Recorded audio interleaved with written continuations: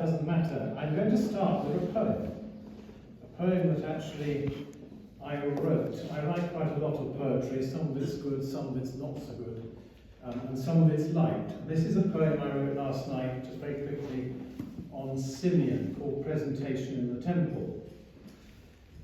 Simeon, old man he, half holds, half cradles, the baby Jesus, lit up in love. With Anna, half lidded, he looks at his end. This child is their new beginning, darkness consumed, hope now seen in the child. And, so dismissed, Simeon and song are melody in heaven. Now that sums up what I want to do very quickly in 2 or 3 minutes as a shared thought on the gospel and this feast. And if you've got this picture, you can look at it or look at it later on.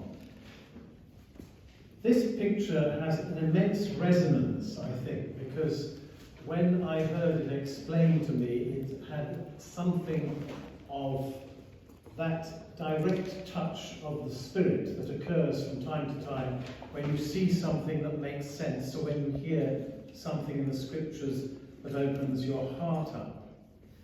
And it was actually the person in charge of the National Gallery who was talking about this picture.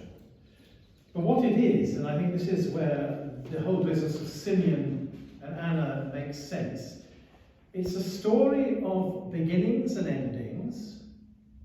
It's a story about hope. It's a story about death. But it's a story that death will not die. What you also have here is very poignant. You have an old man. He's not grasping the child. He's, as I said in my poem, half holding. He's doing that, and the child is just being waved gently. He's almost too frightened to hold it tightly. And in the dark, just behind him, you see Anna, the prophetess. By tradition, someone like Simeon, a righteous person. Simeon is a good man who's lived a good life and wants to see the promises of God. And there in the temple, the baby is handed to him. Now in this picture, Rembrandt has been very clever. He's done what nativity artists do. There is the child, wrapped in swaddling clothes, as though he's being wrapped for his burial, which is a hint we get in many of the manger scenes. But also there's something else there which we miss. His parents are going to offer what we might think is rather gross, the cheapest of the sacrifices, of living things, to a God who does not want, in the end, that type of sacrifice. 2 turtle doves. But there in the hands of Simeon, is the innocent lamb who will be sacrificed. The last sacrifice. After that, there's no need for any more blood sacrifice. In fact, it stops, in our tradition at least.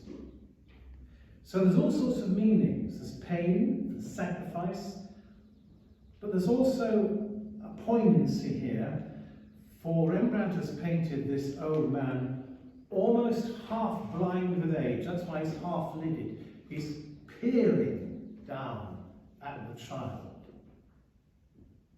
But the light is the clue, because the light is coming from the child, who is looking at the old man directly. And here we have the whole story of the Incarnation, how the everlasting Almighty One in Jesus hands himself over, literally, to human hands, so that we may care for the God in human flesh, and it may go wrong. That's the point of this bit. Anything could now go wrong with that little baby. He could get ill. Something could happen to him. But it doesn't. But that's not because it can't.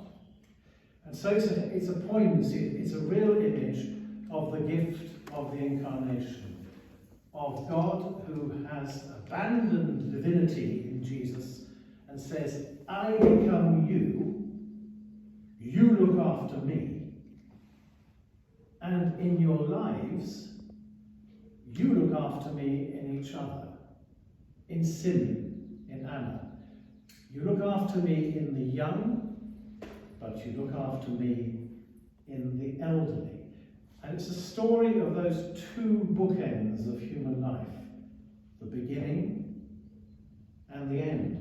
And this particular picture is made even more poignant. We know Simeon is going to die because that's his song.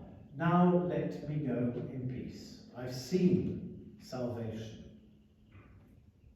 But in this picture, there's another very, very powerful image, which we don't know about until we know about the picture. This was the last picture Rembrandt ever painted. And it's a self-portrait. He is Simeon. And after this picture, he himself dies.